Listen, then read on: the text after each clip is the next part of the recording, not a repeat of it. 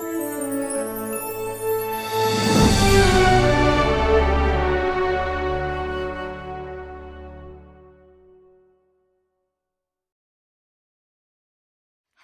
and welcome back to my channel. Thank you so much for stopping by for today's video. My name is Kat. If you're new here, welcome. I read primarily romance novels and love to talk about them here on my channel. So without further ado, let's talk about today's book. Okay, so this is going to be hard for me to talk about. I am wholly shocked by the effect that this book had on me. I have not read this author before. When I signed up to read this book, I just thought it was a taboo romance, and who doesn't love a good taboo romance? The title of this book is Stepbrother by Stacy McWilliams. I have read plenty of other taboo books. I recently just read and did a video on Saffron Kent's latest book, California Dreamin', so I'm down for taboo. The stepbrother taboo section, I hadn't really read anything in there yet, so I thought, great, let me read this. The book is about Bailey and Cooper. Cooper is her stepbrother. From the get-go, literally this first chapter of the book, my heart already affected by Bailey.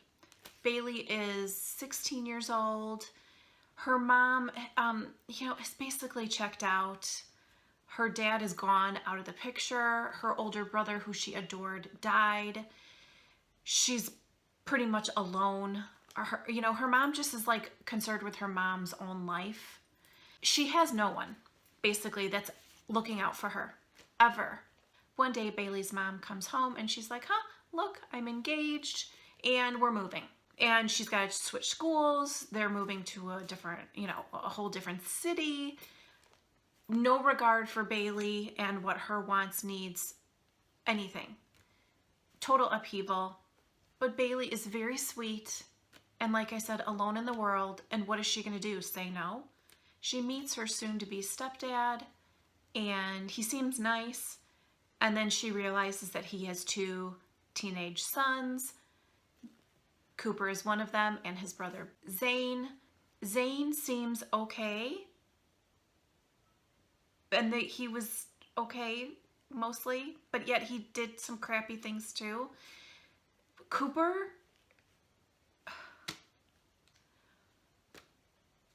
I don't even know what to say about Cooper.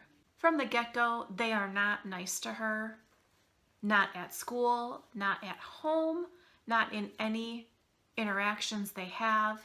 They try to humiliate her. They are abusive, both emotionally and physically.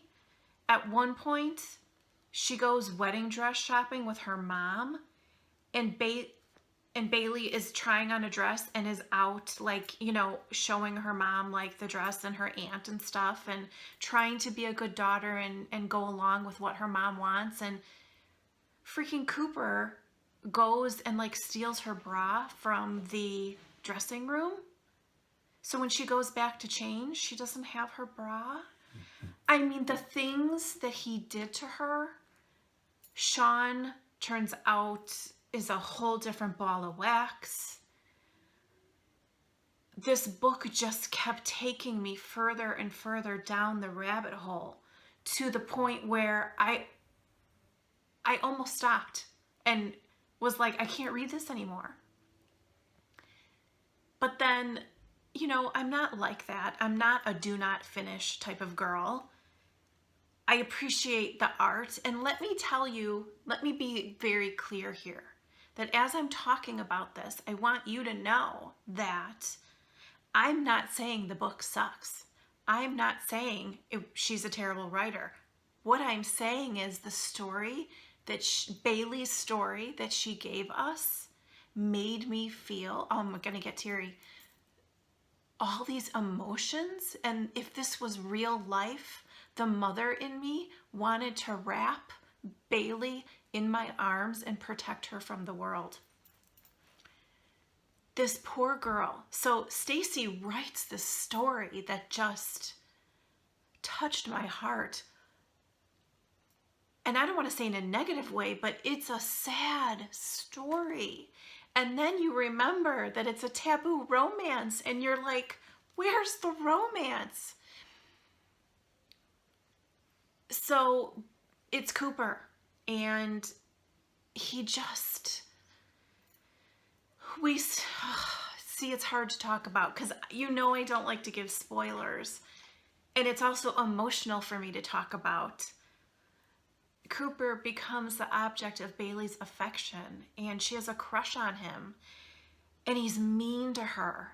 Oh, I wanted to punch him, and she's so knocked down that she doesn't even fight for herself. And when she does find the strength to fight for herself in her family with these terrible people that she has to live with, they accuse her of lying, and they accuse her of being mentally unstable. And oh my God, I just wanted to punch them.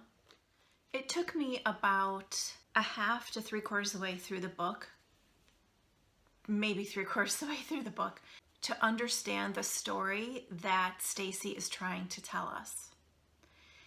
And that's where I was like, okay, I'm gonna hang in there. Like, I gotta hang in there for Bailey. I know something's good is gonna happen, and it's gonna be okay. I started to understand who Stacy was showing us and why she was showing us the personalities in these characters and how they pertain to Bailey's story.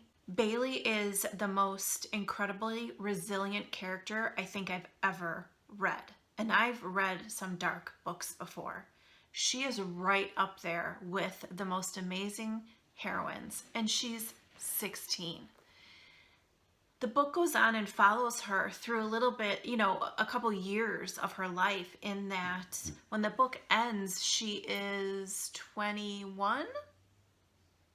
She's graduated college, so maybe she's 22, 23, and she's on her own 2 feet, still trying to navigate relationships because of how she's been treated, not only by her stepfather and the abuse that she experienced in his home, how her mom has treated her, and most importantly, how Cooper has treated her. I struggle with cheating in books. I've said that a million times. And there are so many instances in this book where Cooper throws intimacy with somebody else in Bailey's face that just broke my heart. And I was teary. I was teary and sad through a lot of this book. But I needed to see it through for Bailey. And I cannot believe I'm even saying this, but it gets to literally the last couple pages of this book where I was like, I knew there was like 5 pages left, and I was like, this is gonna be my book that I never get a happily ever after with. I can't believe it. I was so mad. I was like, I stuck in all the way. You have to give her, she deserves a happily ever after. Where is her happily ever after? And as I film this video, our cities are burning and people are dying. So it's been emotional. And then there's coronavirus. So like, I'm already like here with my emotions. I'm worried about my family, as we all are. I'm worried about being out in the world after this and with a virus that's going to kill us, and what's our new normal and all of that. And then I'm reading this book and my emotions are just tipping over because I so need Bailey to be okay. I don't like to tell everything. I don't like to give spoilers. I could not believe where Stacy left the book until I literally turned the page and I saw that there's going to be a second book.